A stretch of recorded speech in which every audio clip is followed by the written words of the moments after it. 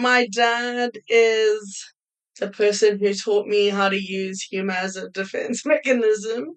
He is the person who taught me service of others as a love language. He is one of my most favorite people in the whole world. I very rarely feel safer in life than I do when my dad is hugging me. Okay, I just need to say one thing quickly. The purest form of love for me, it's care that you have for one another, a feeling, and you're saying, I need to Take care of this. this and love this person. Okay. So I'm your favorite. Boundaries. That's what I'm taking away from this chat.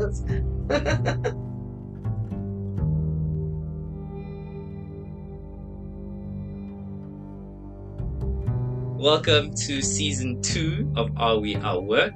Maybe just overarching in general, Are We Our Work is an ongoing research project developing anthology series. Season 2 takes a softer approach to the concept of work. How do we pour ourselves into our relationships with the people that we love? What space and capacity do we leave in our world for them? And how do we navigate change and growth and reflection and hurt? So season 2 has 2 co-hosts. Myself, Kimu Busielo. I work in public relations and I'm joined by my dear co-host. I am Nadira Patel. I'm an artist, a designer. So this episode, titled Parental Love, in her capacity as a researcher, saw Tiffany sit with Natasha, Allie, the acting chief executive officer for the Oliver and Adelaide Tambo Foundation, as well as her father, Wagied Ali, who is the founder of Battery and Energy Solutions. They explore the unique bond between a father and a daughter. Oh, this is going to be a special one. Yeah. I have an older sister, and so, I was listening attentively in this episode. Yeah, they look at this unbridled adoration between a daughter and her father. The hopes, the dreams, the expectations, but also importantly, the tension and some of the torment as the episode unfolds. Natasha and Wagied discuss the complexities of parental love and the impact it has on our sense of self. It was so deeply fascinating understanding how much they speak about their lives with each other. And I have a very, very different version of my relationship with my dad, where we don't talk about the emotional stuff. We talk practicals only, ever practicals. So it was really fascinating, entering into this beautiful, supportive, energizing relationship between a father and a daughter. It's fascinating. Right. So at the end of the episode, please do stick around. I sit down with Tiffany Ibrahim, the brains and founder of Are We Our Work, and get some of her thoughts and feelings on the discussion between Natasha and her father, Wagied. I look forward to it. Let's jump in.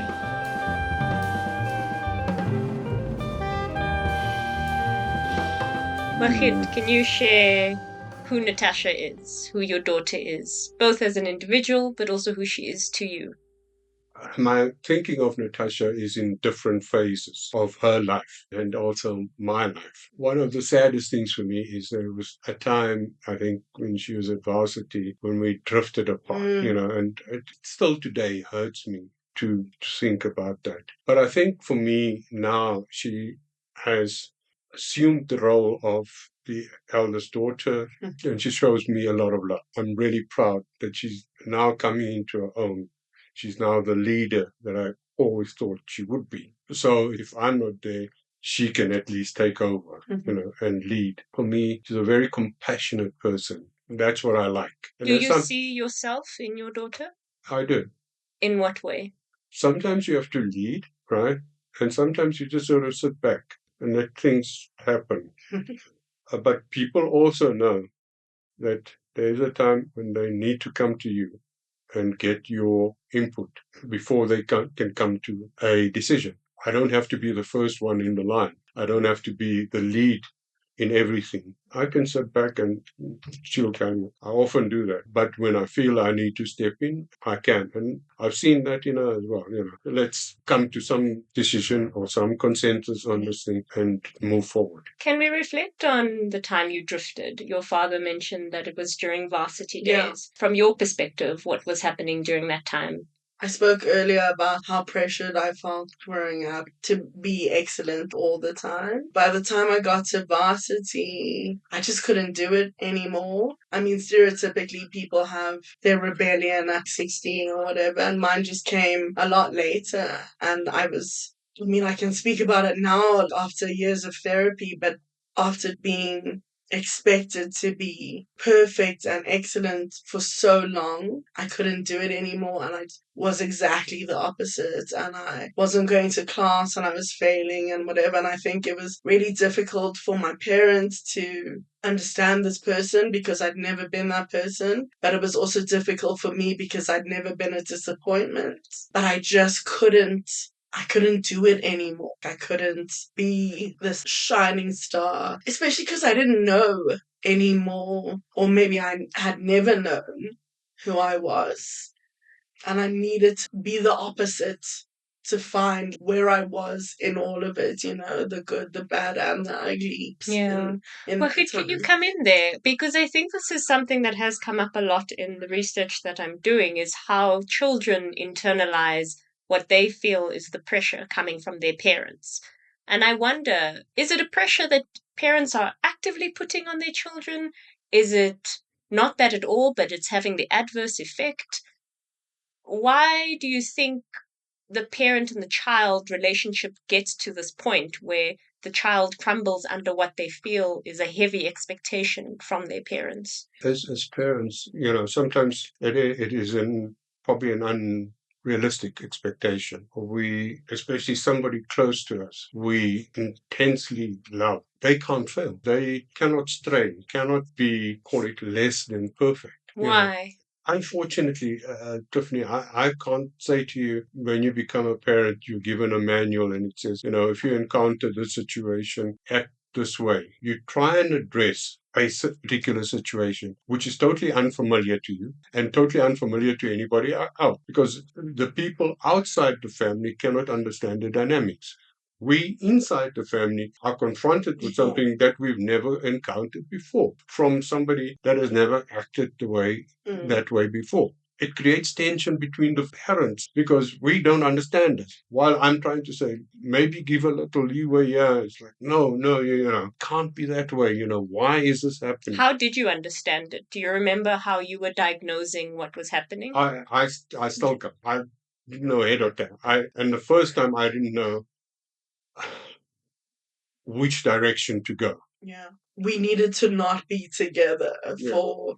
It was exactly that. Yeah. We needed to be apart, not for like a week or something. It needed to be a long time. I think the year and a bit apart, it made us miss each other. It made us appreciate each other more. What was that time apart for you?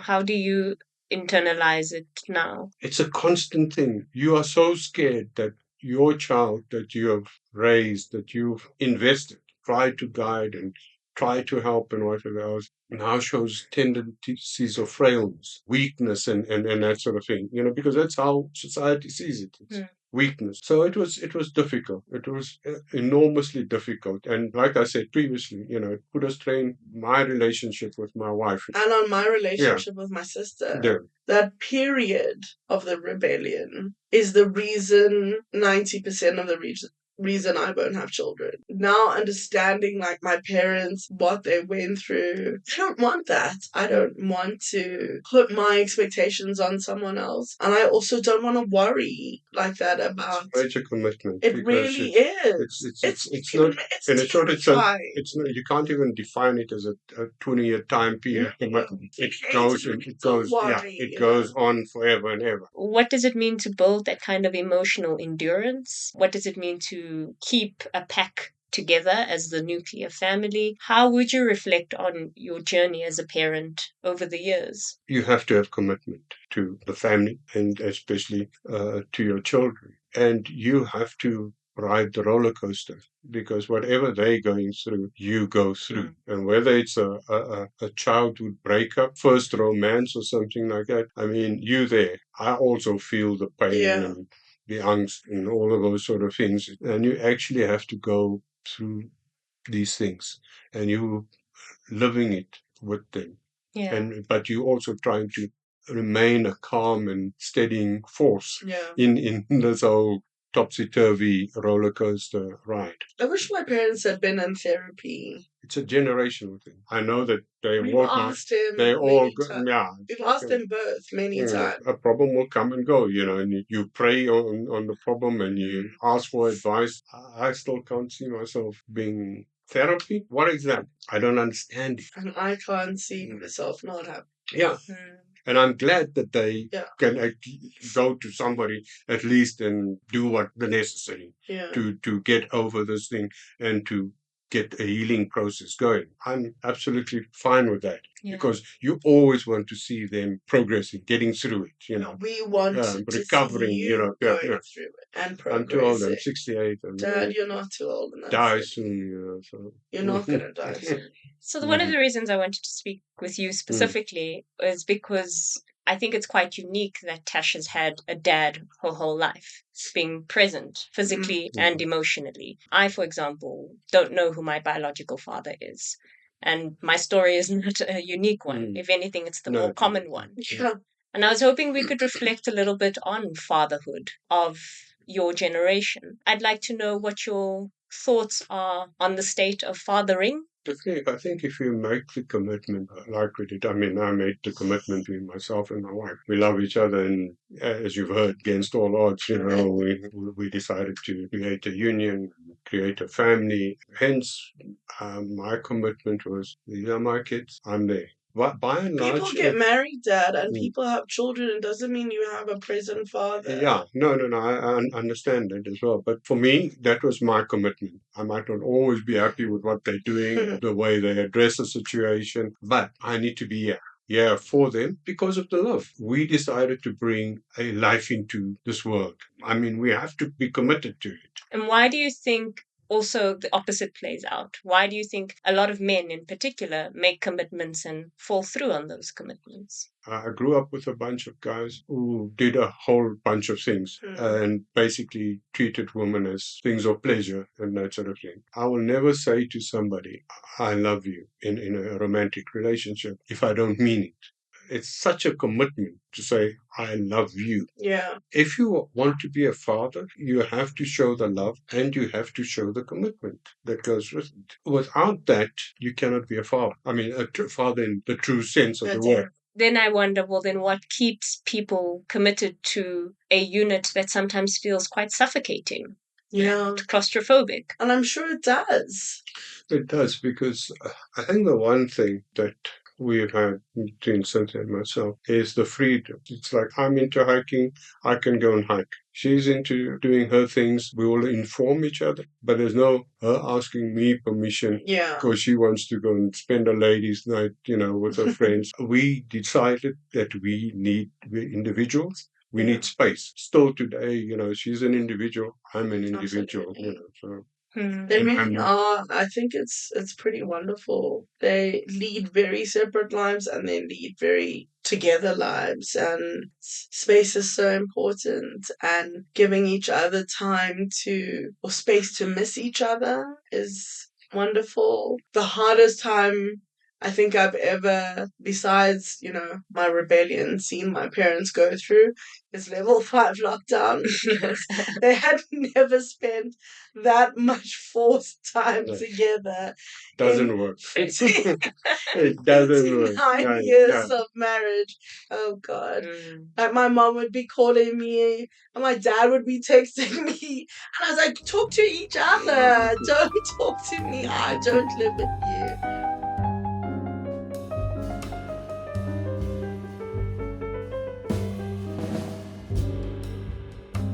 Okay, where do we put them? Why do I like this episode? We don't have many examples of brown father-daughter love. And the examples we do have are often toxic, absent, or filled with trauma or violence.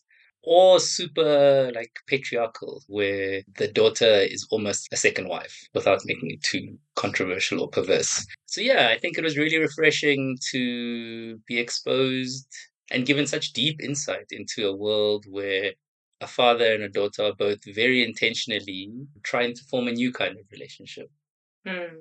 I wanted a counter narrative to the absent fatherhood discourse that exists within his generation. Wagied is one of, I'm sure many, but unfortunately not enough, fathers who chose to, stand by their families. When you asked him to describe Tash, almost unprovoked, he immediately goes to how painful it was when Tash went through her rebellion. When what he says is when they drifted apart.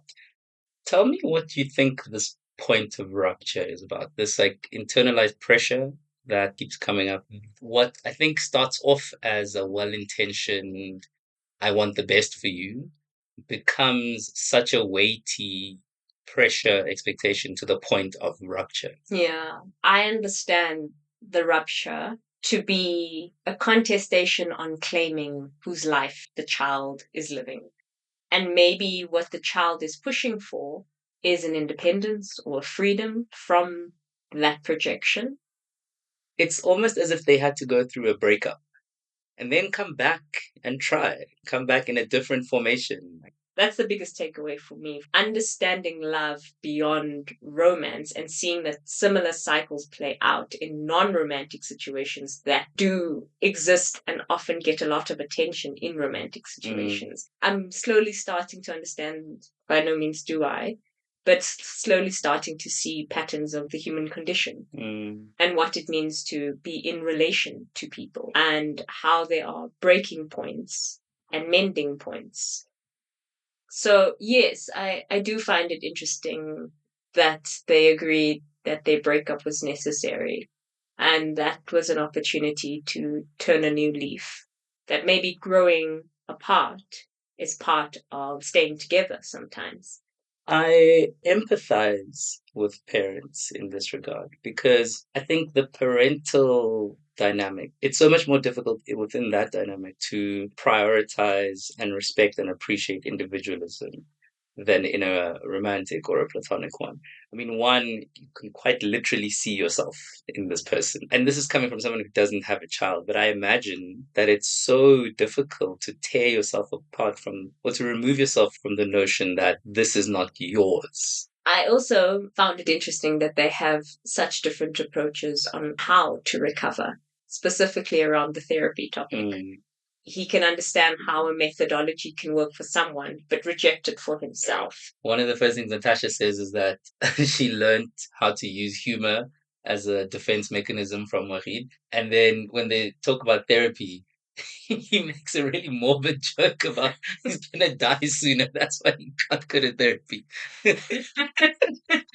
I'm not gonna do this dumb therapy thing. I was curious about what that distinction is, though. I mean, it can't just be, oh, it's a generational thing. I'm old. Like, what are the mental gymnastics involved for Waheed to be able to genuinely see the value of the therapeutic process for his daughters, but then simultaneously genuinely think it's nonsense for him? What is that dichotomy? Yeah. I like that I finally interviewed someone who doesn't think therapy is a good idea. Right. That's actually because that's been a theme almost throughout of everyone advocating for therapy. If therapy isn't how people want to resolve their issues, what do they turn to? Who do they turn to? And he said, you pray a problem away. You ask for advice.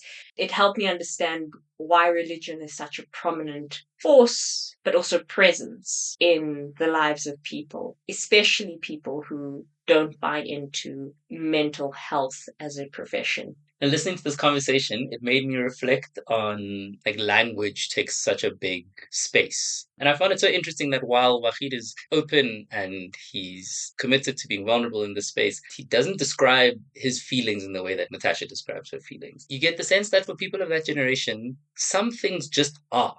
When you asked him why he's stuck around when so many of his peers abandoned their families or are absent, and in such plain terms, he's like, I made a commitment. It's obvious. I really, in a way, I think like the simplified view of life is, there's a lot to be said for that.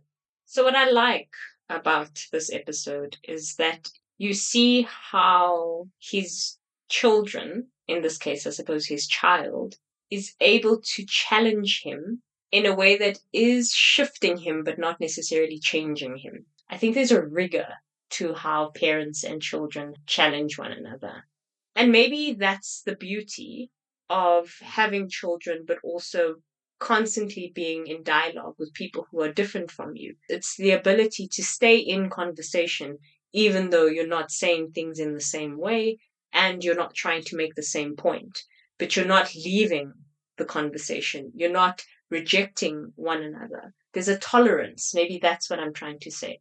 I appreciate the tolerance that they've developed as a father and a daughter who come from very different perspectives and who feel like at times they're pushing different agendas, but they've managed to remain tolerant of one another, even though, or in spite of, disagreement.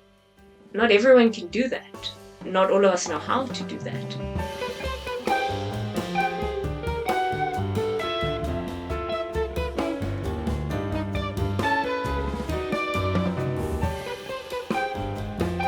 Are We Our Work is an independent research project and podcast anthology series centered around questions of love, fulfillment, relationships, identities, and work. Co-hosted by Nadia Patel and Kimombo Cielo. This episode was produced and edited by Tiffany Ibrahim, sound design by Joao Orekia, music by Vuma Levine, illustration by Softwork Studio, and web design by Sky Quadling. To stay up to date with the project, please check out @Are We Our Work on Instagram. As always, thanks for listening.